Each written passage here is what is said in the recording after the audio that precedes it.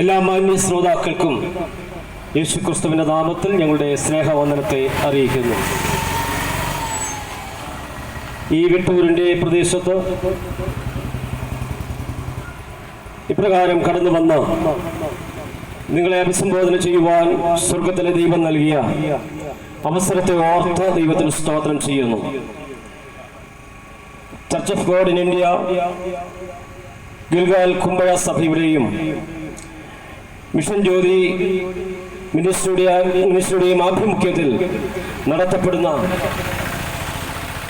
ഈ മധ്യവിരുദ്ധ സന്ദേശ റാലിയിൽ ഇവിടെയും കടന്നു വരുവാൻ സർവവല്ലഭനായ കർത്താവ് കൃപ ചെയ്തല്ലോ. ഇന്ന് എവിടെ നോക്കിയാലും മനുഷ്യൻ അസ്വസ്ഥതയിലും അസമാധാനത്തിലുമായിരിക്കുന്ന സാഹചര്യമാണ്. മനുഷ്യന്റെ ജീവിതത്തിൽ സമാധാനത്തിന് വേണ്ടി അവൻ നെട്ടോട്ടം ഓടുമ്പോൾ അവൻ നേടുന്ന യാതൊരു കാര്യങ്ങൾക്കും അവൻ പ്രതീക്ഷിക്കുന്നത് പോലെയുള്ള ഒരു സമാധാനം പ്രാപിപ്പാൻ കഴിയാതെ വല്ലാതെയായിത്തീരുന്ന സാഹചര്യത്തിൽ യേശു പറഞ്ഞു, ഞാൻ എൻ്റെ സമാധാനം തന്നേച്ചു പോകുന്നു, അത് ലോകം തരുന്നത് പോലെയല്ല. ലോകം തരുന്ന സമാധാനം താൽക്കാലികമാണ്, അതിന് ശാശ്വതമായി പരിഹാരം വരുത്തുവാൻ കഴിയുകയില്ല. എന്നാൽ യേശു ഒരുവന്റെ ജീവിതത്തിൽ സമാധാനം നൽകിയാൽ ആ സമാധാനം അവന്റെ ജീവിതത്തിന്റെ സകല മേഖലകളിലും അവന്റെ വിഷയങ്ങളിൽ പരിഹാരമായി വ്യാപരിപ്പാനിടയായിത്തീരും. ആ സമാധാന പ്രഭുവായ യേശുവിനെ കുറിച്ച് ചില വാക്കുകൾ നിങ്ങളോട് ഓർപ്പിപ്പാനായിട്ട് താല്പര്യപ്പെടുന്നു. കർത്താവിന്റെ ശുശ്രൂഷയിൽ അതിശക്തിയോടെ പ്രവർത്തിച്ചു കൊണ്ടിരിക്കുന്ന മിഷൻ ജ്യോതി മിനിസ്ട്രിയുടെ പ്രവർത്തകൻ, അതിൻ്റെ സംഘാടകനുമായ കർത്താവിദാസൻ കെ മാത്യു മല്ലശ്ശേരി തുടർന്ന് നിങ്ങളോട് സംസാരിക്കാനിടയായി തീരും. കർത്താവിദാസനെ ക്ഷണിക്കുന്നു.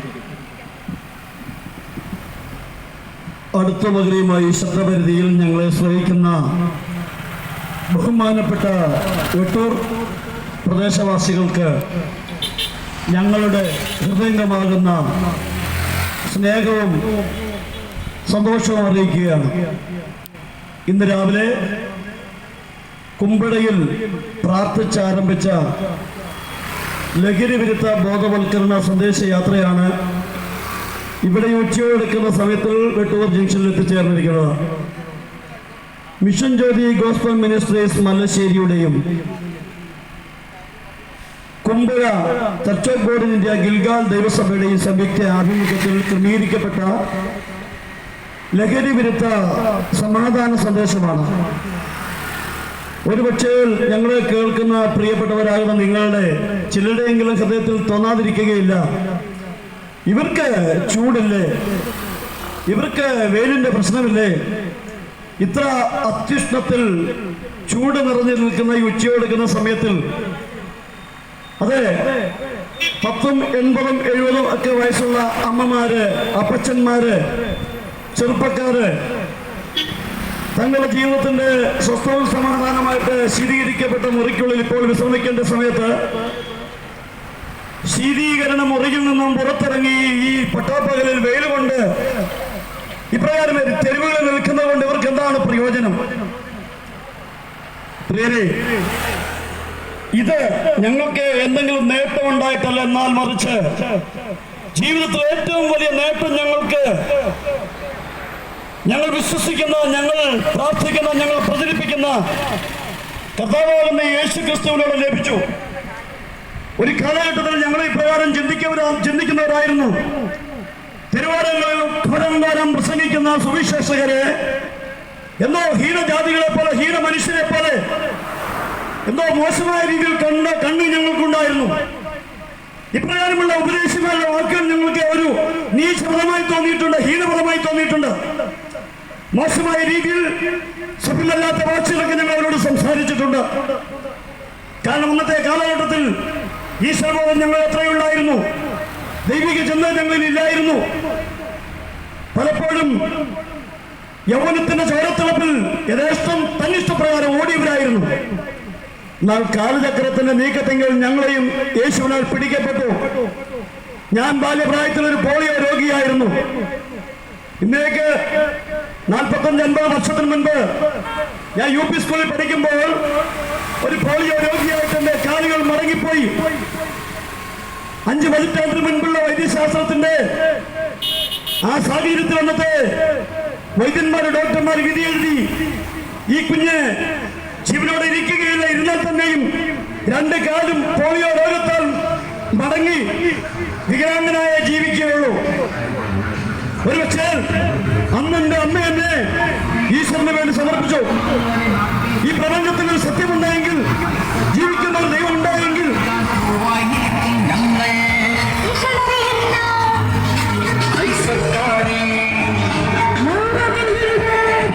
ജീവിക്കുന്ന ഒരു ദൈവമുണ്ടായെങ്കിൽ എന്റെ ഈ കുഞ്ഞിനെ അംഗവൈകല്യമില്ലാതെ തരണമേ എന്ന് പ്രാർത്ഥിച്ചു. ഈശ്വരാനുഗ്രഹത്താൽ ഇന്ന് മധ്യവയസ്സ് കഴിഞ്ഞതാവുന്ന ഞാൻ 2 കാലിൽ ഊന്നി നിൽക്കണമെങ്കിൽ അത് ഞങ്ങൾ വിശ്വസിക്കുന്ന എന്റെ അമ്മയുടെ ഒരു പ്രാർത്ഥനയുടെ കാരണമാണ്. അല്ലെങ്കിൽ ഇന്നൊരു പക്ഷേ ഭൂമിയിൽ ജീവനോടെ കാണുകയില്ലായിരുന്നു. കണ്ടാൽ തന്നെയും 2 കാപ്പിക്കമ്പ് 2 കരകളിലും പിടിച്ച് കാപ്പിക്കമ്പിൽ കാലുയൂറ്റി പാമ്പ് മരത്തിൽ കയറുന്ന പോലെ 2 കാല് മോഞ്ഞ് 2 കമ്പിൽ കാലുയൂറ്റി നടക്കേണ്ടവനായിരുന്നു. ദൈവമാണ് അതിന് നീക്കുപോക്ക് തന്നത്. അങ്ങനെ ഞങ്ങളുടെ ഓരോരുത്തരുടെയും ജീവിതത്തിൽ കഴിഞ്ഞകാല അനുഭവങ്ങളെ കുറിച്ച് ചിന്തിക്കുകയാണെങ്കിൽ ഒത്തിരി പറയുവാനുണ്ട്. ഇഷ്ടമുണ്ടായിട്ടല്ല പ്രിയരെ, താല്പര്യമുണ്ടായിട്ടല്ല ഈ യേശുക്രിസ്തുവിന്റെ സുവിശേഷത്തിന്റെ വക്താവായി തീരുവാൻ കാരണമായത്. മറ്റൊരു ജോലി ഇല്ലാഞ്ഞിട്ടല്ല, വേറൊരു തൊഴിലില്ലാഞ്ഞിട്ടല്ല. എന്നാൽ ഞങ്ങൾക്കൊക്കെ എത്ര പറഞ്ഞാലും മതിയാകാതെ വന്നും ഞങ്ങളുടെ വായിൽ സന്തോഷത്തിന്റെ വാക്കുകളുണ്ട്, വിടുതലിന്റെ വാക്കുകളുണ്ട്. മഹാരോഗത്താൽ ഭാരപ്പെട്ട് മരണത്തോട് മല്ലടിച്ചവരുണ്ട്. എന്റെ അടുത്ത് നിൽക്കുന്ന പാസ്റ്റർ മനോജ് വയനാടിന്റെ ഒരു പ്രദേശത്തിൽ അറിയപ്പെട്ട മദ്യപാനിയായിരുന്നു. മയക്കുമരുന്നിന്റെ ഉൽപ്പന്നങ്ങൾ കർണാടകത്തിൽ നിന്നും ബോർഡറിന്റെ പുറത്തു നിന്നും വാങ്ങിക്കൊണ്ടുവന്ന് സ്വന്തം ദേശത്തിൽ അത് വിറ്റ് അങ്ങനെ പൈസ ഉണ്ടാക്കി അങ്ങനെ പിന്നെയും മദ്യപാനിയായി ജീവിച്ച ഒരു നല്ല മദ്യപാനിയായിരുന്നു. ഞങ്ങൾക്കൊക്കെ വാദോരാതെ നന്ദിയോടെ സന്തോഷത്തോടെ പറയുവാനുണ്ട്. കാരണം ഞങ്ങളുടെ യേശു വിടുവിച്ചു. എന്റെ പ്രിയരെ, നമുക്കറിയാം ഇന്ന് കാലഘട്ടം വല്ലാത്ത പ്രതിസന്ധികളെയാണ് അഭിമുഖീകരിച്ചുകൊണ്ടിരിക്കുന്നത്. മദ്യത്തിന്റെയും മയക്കുമരുന്നിന്റെയും അതിപ്രസര നിമിത്തമായിട്ട് ഏറെക്കുറെ നമ്മളുടെ നല്ലൊരു സമൂഹം അധപ്പതിച്ചുകൊണ്ടിരിക്കുന്നു. എന്തിനേറെ പറയുന്നു, 2 ദിവസം മുമ്പ് നമ്മൾ മീഡിയകളിലൂടെയും പത്രങ്ങളിലൊക്കെ വായിച്ചാണ് വിവാഹത്തിന് വേണ്ടി വളരെ ഒരുങ്ങി വന്നതാകുന്ന വധു വിവാഹ മണ്ഡപത്തിൽ ഇരിക്കുമ്പോൾ തന്നെ വരൻ വരുവാൻ താമസിച്ചു. വരന്റെ വീട്ടുകാർ വരുവാൻ താമസിച്ചു. ലാസ്റ്റിൽ വരൻ വന്നതോ മദ്യപിച്ച് മധോന്മത്തനായിട്ട് ലക്കാനുമില്ലാതെയായിട്ട് ആ വിവാഹം മനസ്സിപ്പോയി. ആ പെൺകുട്ടി ഭാഗ്യവതി. അന്ന് വിവാഹം ഒരുപക്ഷെ നടന്നിരുന്നെങ്കിൽ ആ പെൺകുട്ടിയും പെൺകുട്ടിയുടെ വീട്ടുകാരും എത്ര വേദനയിലും ഭാരത്തിലും ദുഃഖത്തിലുമാകുമായിരുന്നു. അവിടെ വിവാഹവേദിയിൽ ആ വിവാഹ മണ്ഡപത്തിൽ ആ വരനാ ചെറുപ്പക്കാരൻ വരുവാൻ വൈകിയതുകൊണ്ടും മദ്യത്തിന്റെ അതിപ്രസരം തനിക്ക് മനസ്സിലായതുകൊണ്ടും അസാധുവായ പെൺകുട്ടിക്ക് ആ വിവാഹത്തിൽ ഏർപ്പെടാതിരിക്കുവാനും ഒരുപക്ഷെ അല്പം സാഹചര്യപരമായിട്ട് ഭേദങ്ങളും ഭാരങ്ങളും ഉണ്ടായെങ്കിലും ആ വിവാഹം ഒഴിഞ്ഞു പോകുവാൻ കാരണമായി നോക്കണേ മദ്യം വരുത്തി വെക്കുന്ന ആപത്തുകൾ, മദ്യം വരുത്തി വെക്കുന്ന വിപത്തുകൾ എത്ര ശോചനീയമാണ്, എത്ര ദുഃഖകരമാണ്.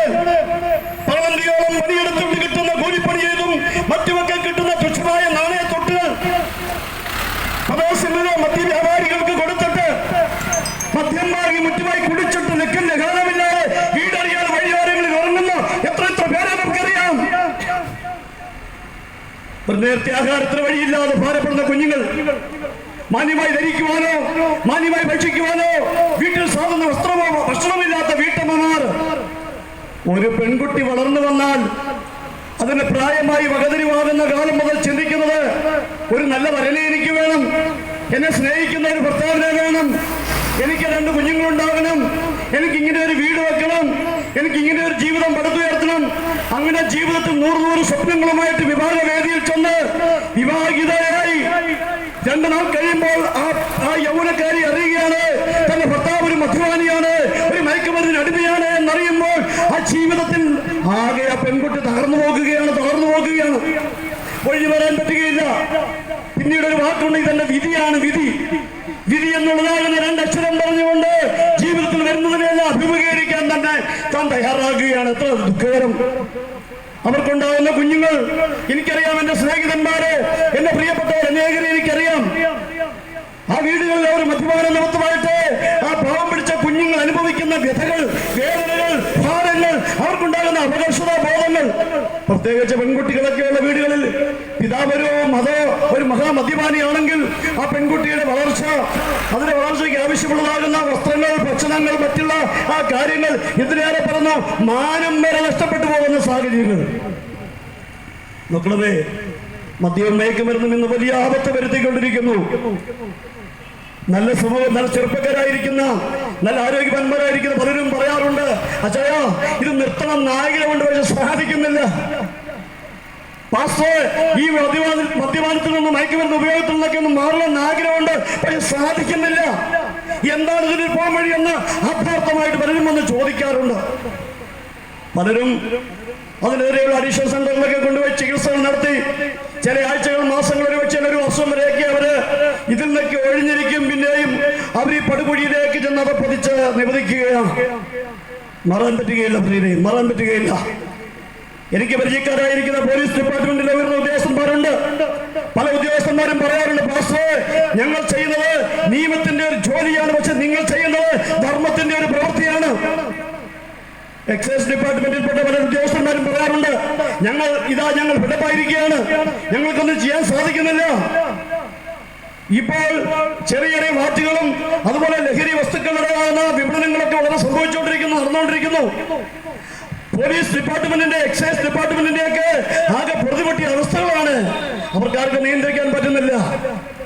അവിടെ ഉയർന്ന ഉദ്യോഗസ്ഥന്മാരൊക്കെ ഞങ്ങളെ വിളിക്കുക, ഞങ്ങളുടെ ഓരോരോ പ്രോഗ്രാമിന് വരുമ്പോൾ, ഞങ്ങളുടെ ഓരോരോ മീറ്റിങ്ങുകൾക്ക് വരുമ്പോൾ, ഓരോ പ്രോഗ്രാമിനെയും ബ്ലോക്ക് അപ്പ് ചെയ്യുവാനൊക്കെ ഉയർന്ന ഉദ്യോഗസ്ഥന്മാർ വരുമ്പോൾ പറയാറുണ്ട്, നിങ്ങൾ ചെയ്യുന്ന ഒരു വലിയ പ്രവൃത്തിയാണ്, ഇത് ഞങ്ങളെ കൊണ്ട് സാധിക്കുകയില്ല, ഞങ്ങൾക്ക് ആഗ്രഹമുണ്ടായത്, ഞങ്ങൾക്ക് സമയമില്ല, ഞങ്ങൾ ഗവൺമെന്റ് ഉദ്യോഗസ്ഥരാണ്, ഞങ്ങൾക്ക് ചില നിയമങ്ങളുണ്ട്.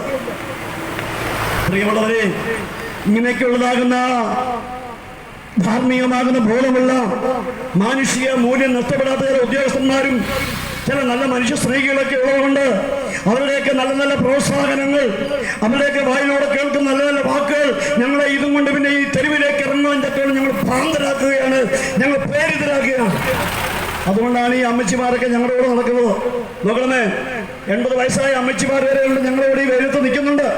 എന്താണ് കാരണം? ഇതിന്റെയൊക്കെ പിന്നിൽ ചില ചിന്തകളുണ്ട് പ്രിയരെ. നമ്മുടെ അയൽവാസിയായിരിക്കുന്ന ഒരു മദ്യപാനിയായിരിക്കുന്ന ചെറുപ്പക്കാരനുണ്ടെങ്കിൽ, നമ്മുടെ അയൽവാസിയായിരിക്കുന്ന ഒരു മയക്കുമരുന്നിന് അടിമപ്പെട്ടവനുണ്ടെങ്കിൽ ആ നാടിന് സ്വൈര്യതയുണ്ടോ? ആ നാടിന് സ്വസ്ഥതയുണ്ടോ? നമുക്ക് വലിയ വീട് വെച്ചു എന്ന് കരുതിയോ, വലിയ ഗേറ്റ് പണിഞ്ഞു എന്ന് കരുതിയോ സമാധാനം കിട്ടുകയില്ല പ്രിയരെ. സമാധാനം നഷ്ടപ്പെടുന്ന വിധത്തിൽ നിന്ന് മദ്യവും മയക്കുമരുന്നും നമ്മുടെ സമൂഹത്തിൽ ഇതാ വിരകിച്ചുകൊണ്ടിരിക്കുകയാണ്, വിരാജിച്ചുകൊണ്ടിരിക്കുകയാണ്.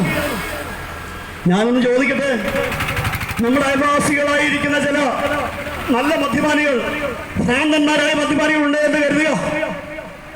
ആ മദ്യപാനി നമ്മുടെ അയൽവാസിയായിരിക്കുമ്പോൾ നമുക്ക് ഒരുപക്ഷെ യവനക്കാരിയാകുന്ന ഒരു ഭാര്യയും പ്രായപൂർത്തിയായവരുടെ 2 പെൺകുഞ്ഞുങ്ങളുമുണ്ട്. പക്ഷേ എന്റെ പൊന്നിച്ചേട്ട, ചങ്കത്ത് നേരെ വെള്ളം ചൂണ്ടിക്കൊണ്ട് ഞാൻ ചോദിക്കട്ടെ, തൊട്ടയൽവക്കത്ത് ലഹരിമരുന്നിന് അടിമപ്പെട്ട ഒരു പ്രാന്തൻ ഉണ്ടെങ്കിൽ നിന്റെ മക്കളെ പുറത്തുപോയാൽ നിനക്ക് സമാധാനമുണ്ടോ? ഇല്ല. എന്റെ അനുഭവമാണ്. 26 വയസ്സോളം എന്റെ അടുത്ത പെൺകുഞ്ഞുങ്ങളുള്ള ഒരു പിതാവാണ് ഞാൻ.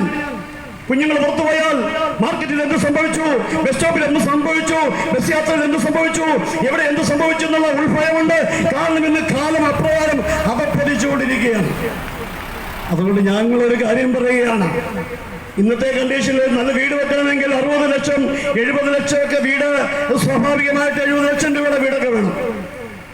പണ്ടൊക്കെ വെറും 70 രൂപ ഉണ്ടായിരുന്നെങ്കിൽ 4 കെട്ട് വാഹനത്തിന് വീട് വെക്കാമായിരുന്നു. ഇന്ന് 70 ലക്ഷം രൂപയുണ്ടെങ്കിലും പണി വീടുകൾ പൂർത്തീകരിച്ചു എന്ന് തോന്നുമ്പോൾ പിന്നെയും പലയിടത്തും പണിയാനുണ്ട്, പല വർക്കുകൾ തീർക്കാനുണ്ടെന്നാണ് പറയുന്നത്. 10, 70, 80, 1 കോടിയോ 1.5 കോടിയോ 2 കോടിയോ രൂപ വില മുടക്കി ഒരു വലിയ ബംഗ്ലാവ് പണിഞ്ഞു എന്ന് കരുതുക. അതിന് ചുറ്റിനും 10, 20, 30 ലക്ഷം രൂപ മുടക്കി, അല്ലെ 10, 15 ലക്ഷം രൂപ മുടക്കി നല്ലൊരു ഉയർന്ന മതിൽ പണിതു നീ കരുതുക. അതിന്റെ ഫ്രണ്ടില് ആർക്കും തകർക്കാൻ പറ്റാത്ത നല്ല നല്ല ബിൽഡിംഗ് വർക്ക് ചെയ്യുന്ന പ്രിയപ്പെട്ടവരെ കൊണ്ട് നല്ലൊരു ഗേറ്റ് വെച്ചു എന്ന് കരുതുക. വീടിന്റെ ഫ്രണ്ട് ഗേറ്റില് ഒരു നല്ല ബൂട്ട് വെച്ചു എന്ന് കരുതുക. വീടിന് നല്ലൊരു വാതിൽ വെച്ചിട്ട് നല്ല ഗോദ്രേജിന്റെയോ മറ്റ് വിദേശത്ത് നിന്ന് കൊണ്ടുവന്ന നല്ല നല്ല പൂട്ടുകളുടെ പൂട്ടി എന്ന് കരുതുക. സമാധാനത്തോടെ കിടന്നുറങ്ങാൻ പറ്റുമോ? നീ വെച്ച കോടികളുടെ വീട്ടിൽ ലക്ഷങ്ങളും വിലയുള്ളതാകുന്ന കട്ടിലും അതിൽ ലക്ഷങ്ങൾ വിലയുള്ളതാകുന്ന കിടക്കയും അതിൽ പതിനായിരങ്ങൾ വരെയുള്ള ബെഡ്ഷീറ്റും 1000 വരെയുള്ളതാകുന്ന തലയണയൊക്കെ വെച്ചുകൊണ്ട് കിടന്നാലും ഉറങ്ങാൻ കിടക്കുമ്പോൾ ഒരു കഥക് അതിന്റെ കട്ടളയിൽ കിടന്നുകൊണ്ട് ജാവരിയിൽ കിടന്ന് തിരിഞ്ഞും ആ കഥക് കട്ടളയിൽ കിടന്ന് കറങ്ങുന്നത് പോലെ എത്രയോ പേര് സമാധാനമില്ലാതെ കിടക്കയിൽ കിടന്നുകൊണ്ട് തിരികെയും ചെയ്തുകൊണ്ട് പ്രഭാതമാകുവാൻ വേണ്ടി കാത്തിരിക്കുന്ന എത്ര പേരുടെ ഗതിയാണ്. കാരണം എന്താണെന്നറിയോ? സമാധാനമില്ല. നാളത്തെ ബിസിനസിനെ കുറിച്ച് ഓർക്കുമ്പോൾ സമാധാനമില്ല. ജീവിതത്തിന്റെ പല പ്രശ്നങ്ങളെ കുറിച്ച് ഓർക്കുമ്പോൾ സമാധാനമില്ല. താളം തെറ്റിയ കുഞ്ഞുങ്ങളുടെ ജീവിതത്തെ കുറിച്ച് ഓർക്കുമ്പോൾ സമാധാനമില്ല. സാമ്പത്തിക കടബാധ്യതകളെ കുറിച്ച് ഓർക്കുമ്പോൾ സമാധാനമില്ല. ഭാര്യയുടെ രോഗപ്രശ്നങ്ങളെ കുറിച്ച് ഓർക്കുമ്പോൾ സമാധാനമില്ല. തന്റെ ശരീരത്തിൽ അധ്വാനിച്ചുകൊണ്ട് ഓടി നടക്കുമ്പോഴും ഭാര്യയ്ക്കും കുഞ്ഞുങ്ങൾക്കും വീടിന് വേണ്ടി അധ്വാനിക്കുമ്പോഴും തന്റെ ശരീരത്തിൽ കടന്നു കയറിയിരിക്കുന്ന ചില രോഗങ്ങളെ കുറിച്ച് ഓർക്കുമ്പോൾ സമാധാനമില്ല. കുഞ്ഞുങ്ങളെ പഠിപ്പിക്കുന്ന കാര്യങ്ങളെ കുറിച്ച് ഓർക്കുമ്പോൾ സമാധാനമില്ല. വീട് മെല്ലോസല്ല എന്ന് ഓർക്കുമ്പോൾ സമാധാനമില്ല.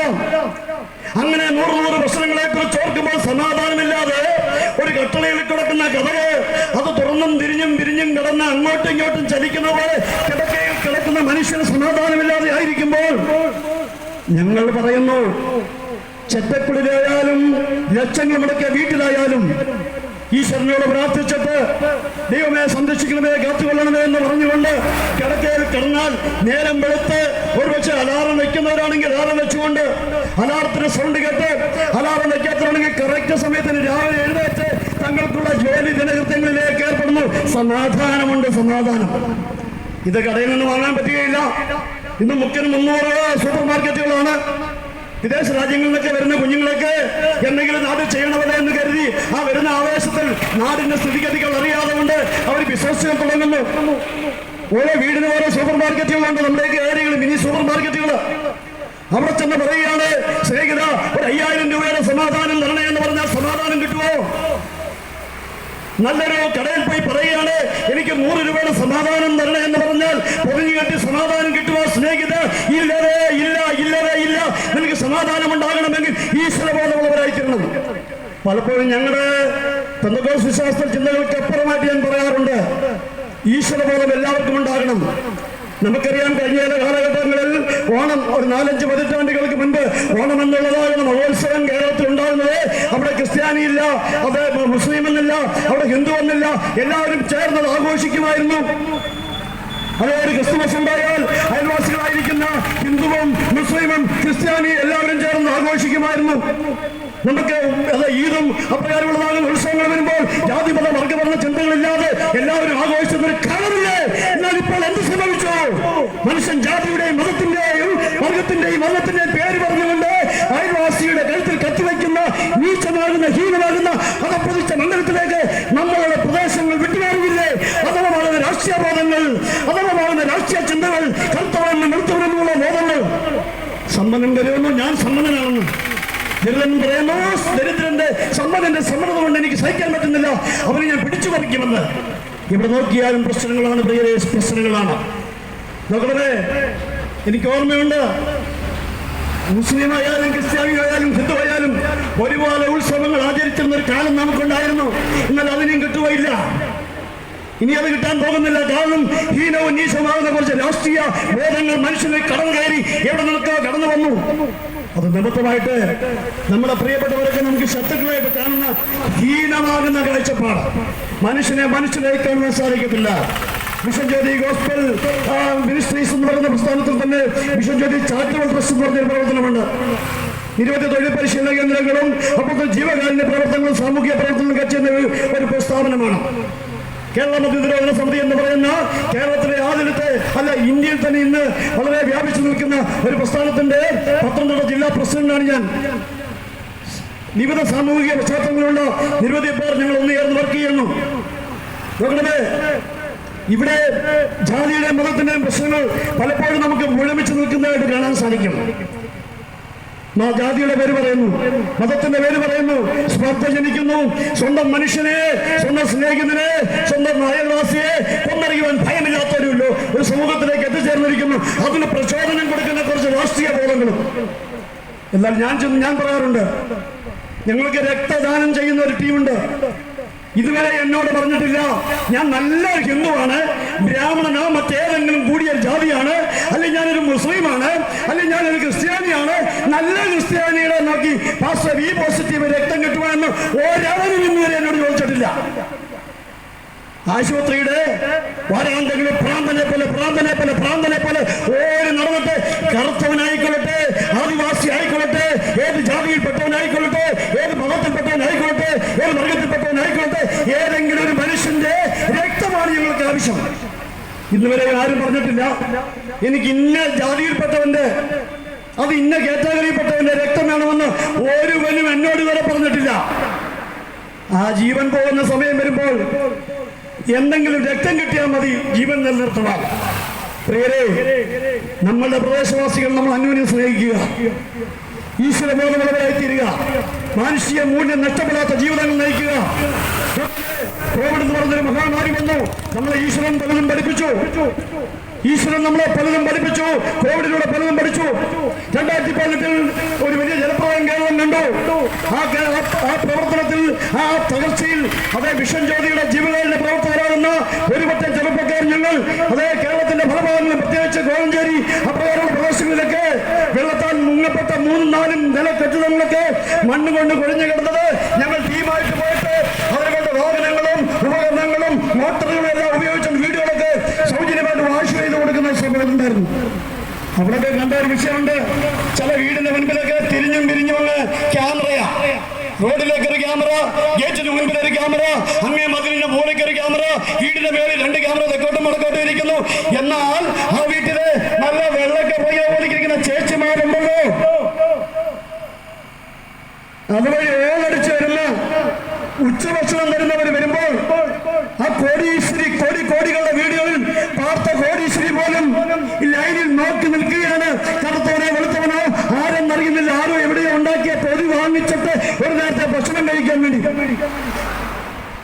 ഇടയാറുമുള്ളതാവുന്ന ഒരു വീട്ടിൽ ഞങ്ങൾ വീട് വാഷ് ചെയ്യാൻ ചെന്നപ്പോൾ അവിടെ ഒരു അപ്പച്ചൻ പറയുകയാണ്, പാസ്റ്റേ 4-5 ദിവസമാണ് വാട്ടർ ടാങ്കിന്റെ മുകളിൽ ഇരുന്നുകൊണ്ട് നേരം വെളുപ്പിച്ചതെന്ന്.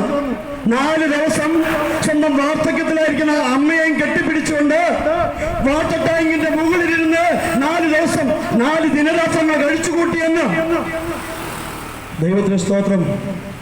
ഇതൊക്കെ ജീവിതത്തിൽ അനുഭവിച്ചുകൊണ്ട് അനുഭവത്തിന്റെ പച്ചയായ വെളിച്ചത്തിലാണ് ഞാൻ ഈ പറയുന്നത്.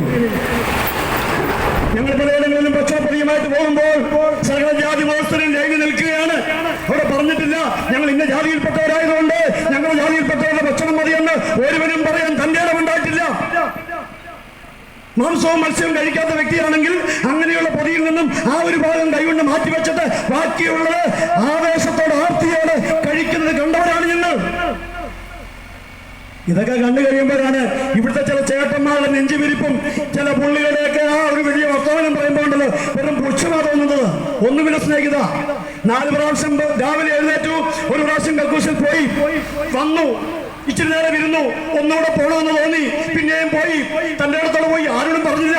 3ാമതും പോയി, 1 മണിക്കൂറിനുള്ളിൽ 3 പ്രാവശ്യം കക്കൂസിൽ പോയി. രാവിലത്തെ പ്രഭാത ദിനചര്യയാണ്. 4ാമത്തെ പ്രാവശ്യം പോയി കഴിഞ്ഞുണ്ടല്ലോ അമ്മയെ വിളിക്കും, അമ്മയെ ഒന്ന് ഓടിവായോ, ഭാര്യയെ വിളിക്കും. മസിൽ പവർ ഉള്ളവന്റെ മസിലുകൾ വിറയ്ക്കാൻ തുടങ്ങും, തായും ഹൃദയം പതറും. അവനെ സഹായിക്കുവാൻ ഒരുവൻ കൂടെ ഉണ്ടായാൽ മാത്രമേ നമ്മൾ ഡെയിലി ചെയ്യുന്ന ദിനചര്യകളിൽ 4 പ്രാവശ്യം അടുപ്പിച്ച് വന്നു കഴിഞ്ഞാൽ നമുക്ക് പിന്നെ വേറെ സഹായം വേണം. ഇത്രയേ ഉള്ളൂ ചേട്ടാ, ഇത്രയേ ഉള്ളൂ. ഒരു കയമ്പും തന്നെ ആരോഗ്യമുള്ളപ്പോഴത്തെ എടുക്കുകയുള്ളൂ. നമ്മളെ ചങ്കൂറ്റവും വർത്തമാനമൊക്കെ കേട്ട് കഴിഞ്ഞാണ്ടല്ലോ എന്തോ സംഭവമാണെന്ന് ഒരു ചുക്കുമല്ലെന്ന് ജീവിതത്തിന്റെ അനുഭവത്തിൽ കണ്ടവരാണ് ഞങ്ങൾ. അതുകൊണ്ട് ഞങ്ങളൊരു കാര്യം പറയുന്നു, ഈ മണ്ഡലങ്ങൾക്ക്, ഈ തലങ്ങൾക്കെതിരെ മാറ്റമുണ്ടാവണമെങ്കിൽ ഈശ്വരബോധമുണ്ടാകണം. നമ്മുടെയൊക്കെ വീടുകളിൽ സന്ധ്യാപ്രാർത്ഥന ഉണ്ടാകണം, ഈശ്വര ചിന്തകൾ ഉണ്ടാകണം. കുഞ്ഞുങ്ങളെ വിദ്യാഭ്യാസമുള്ളവരും അപ്പോൾ തന്നെ ഈശ്വര മൂല്യം നഷ്ടപ്പെടാത്ത തലമുറകളാക്കി വളർത്തിയെടുക്കണം. നാളേക്ക് ഒരു നല്ല തലമുറ നിങ്ങൾക്ക് വേണ്ടേ?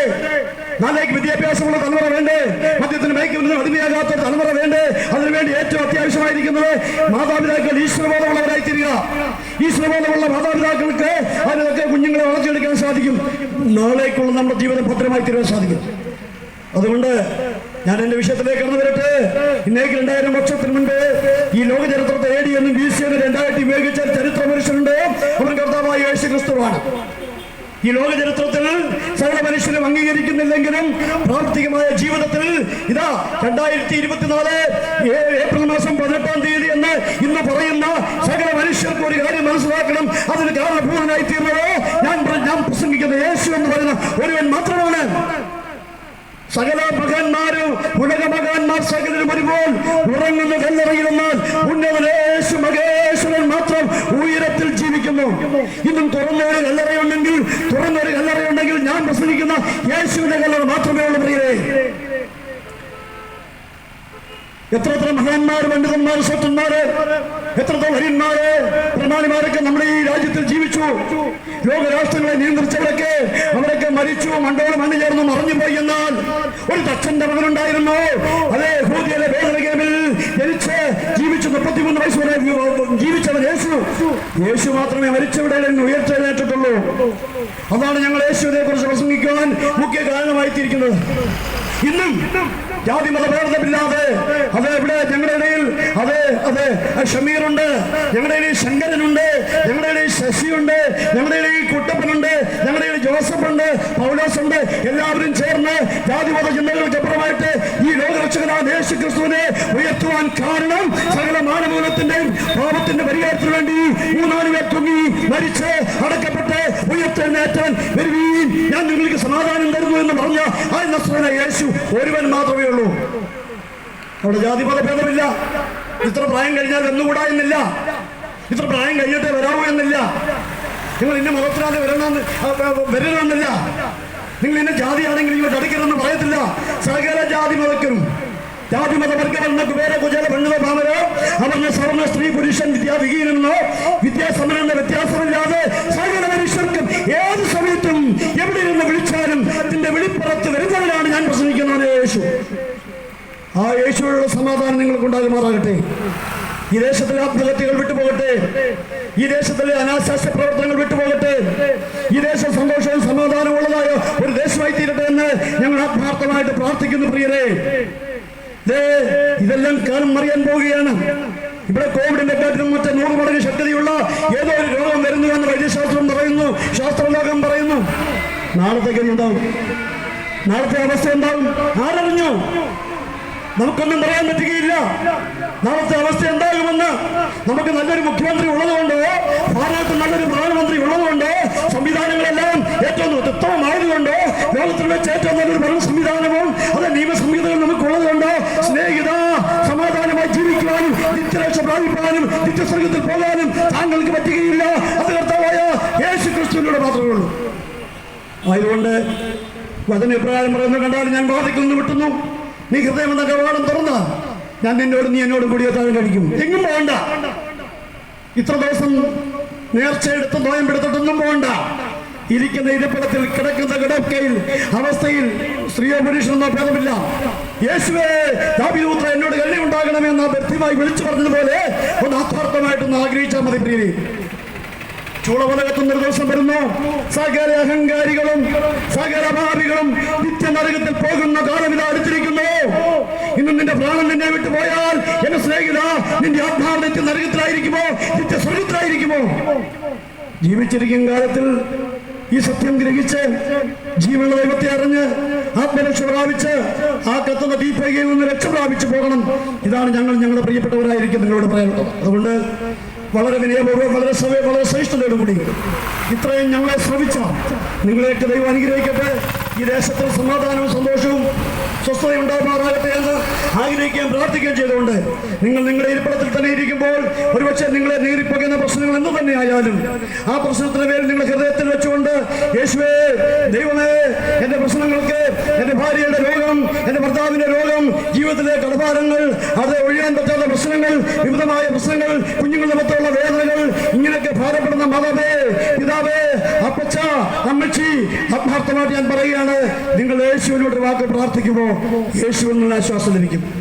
അതിനുവേണ്ടി നിങ്ങളെ ഞങ്ങൾ ആഹ്വാനം ചെയ്തുകൊണ്ട് ഇവിടെ കേൾക്കപ്പെട്ട ദൈവത്തിന്റെ വചനം ഈ ദേശത്തിന് അനുഗ്രഹത്തിനും നന്മയ്ക്കും സമാധാനത്തിനും കാരണമായി തീരട്ടെ എന്ന് ആഗ്രഹിക്കുകയും പ്രാർത്ഥിക്കുകയും ചെയ്തുകൊണ്ട് ഇവിടെ ഈ വചനം ഉപസംഹരിക്കുന്നു. ദൈവം നിങ്ങളെ ഒരു അനുഗ്രഹിക്കട്ടെ. പാസ്റ്റർ ജിൻസൺ കടമനിട്ട നിങ്ങൾക്ക് വേണ്ടി പ്രാർത്ഥിക്കുന്നതായിരിക്കും. നമുക്ക് പ്രാർത്ഥിക്കാം. സർവസ്വനായ ഞങ്ങളുടെ പിതാവേ, നന്ദിയോടെ ഞങ്ങൾ അങ്ങേ വാഴ്ത്തുന്നു. ദൈവം മഹോന്നതനായ ദൈവമാണ്. ദൈവം സർവശക്തിയുള്ള ദൈവമാണ്.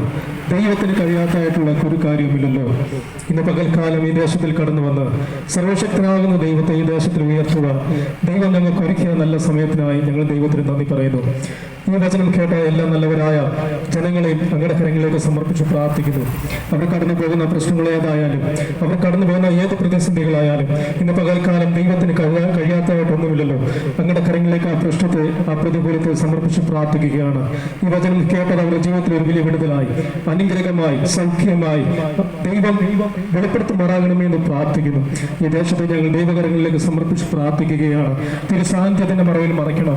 എല്ലാ അനുഗ്രഹങ്ങൾ കൊണ്ടും ദൈവം ഈ ദേശത്തെ നിറയ്ക്ക് മാറാകണമേ എന്ന് പ്രാർത്ഥിക്കുന്നു. പിതാവേ, ഞങ്ങൾ കടന്നു പോകുന്നു. തിരുസാന്നിധ്യത്തിന്റെ മറവിൽ മറയ്ക്കണം. ഇന്ന് പകൽക്കാലം ഇവിടെ ദൈവജനം സംസാരിച്ച പ്രിയ ദൈവദാസനെ ഞങ്ങളുടെ കരങ്ങളിൽ സമർപ്പിക്കുന്നു.